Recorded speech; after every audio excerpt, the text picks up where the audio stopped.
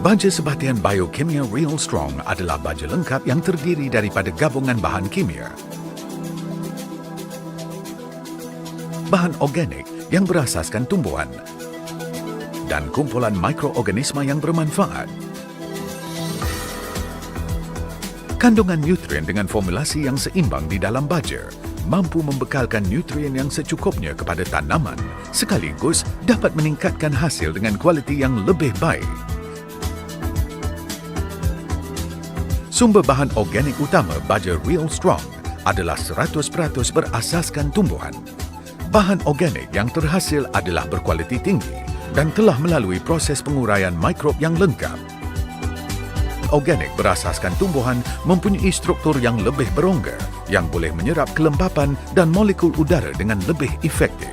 Ia juga mampu menggalakkan pembentukan agregat tanah dan sekaligus memberikan struktur yang lebih stabil. Tanah menjadi lebih gembur dan air hujan dapat diserap dengan lebih baik. Keberkesanan baja dapat ditingkatkan secara maksimum dan kehilangan nutrien melalui larut resap juga dapat dikurangkan. Kehadiran bahan organik akan mengaktifkan aktiviti biodiversity dalam tanah. Kesannya, keseimbangan ekologi tanah dapat dikembalikan melalui proses pereputan sisa tanaman. Pencemaran bahan toksik dapat dikurangkan dan memberikan pertumbuhan yang lebih baik dan membebaskan nutrien yang terikat dengan sangat efisien. Bahan organik yang tinggi dapat meningkatkan kadar pertukaran kation dalam tanah, memberikan kadar pegangan nutrien yang tinggi, ruang pengudaraan yang baik, mencapai pH yang optimum, dan suhu yang sesuai. Sumber kebiasaannya, kompos yang digunakan untuk baja organik adalah berasaskan bahan buangan haiwan ternakan.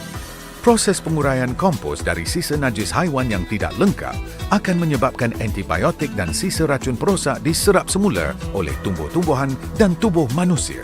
E. coli, nematod dan kuman lain yang wujud akan menyebabkan penyakit kepada tumbuhan serta mencemarkan alam sekitar. Bahan buangan ternakan mempunyai nisbah CN yang rendah. Ini akan menyebabkan penghasilan amonia yang tinggi. Keracunan amonia bahan organik mampu meningkatkan pH tanah. Tanah akan berasid dan menyebabkan fenomena berkulat. Bahan buangan ternakan juga mempunyai kandungan logam berat yang tinggi.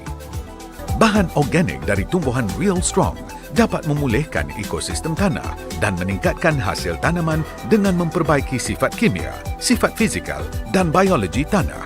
Struktur baja pelepasan terkawal dapat membebaskan nutrien dalam jangka masa yang lama dan menjadikan kesan baja lebih berpanjangan.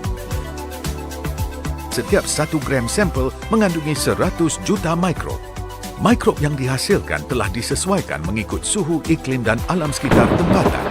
Penggunaan mikrob di dalam Real Strong dapat mengurangkan penggunaan baja kimia melalui penyerapan nutrien yang lebih efektif. The Real Strong menggabungkan 8 kumpulan bakteria mikrob yang terpilih mengikut kesesuaian formulasi. Bakteria mikrob yang digunakan dapat menggalakkan penguraian nutrien, menukar penyerapan, meningkatkan pH tanah ke tahap neutral dan memulihkan kesuburan tanah secara beransur. Mikrob yang dihasilkan diekstrak dari ekologi tanah yang berkualiti tinggi dan dihasilkan secara bioteknologi kuantitatif dengan kualiti yang terjamin. Real Strong telah mendapat pengesahan paten dengan teknologi inovatif terkini, menghasilkan spesies bakteria yang terbaru.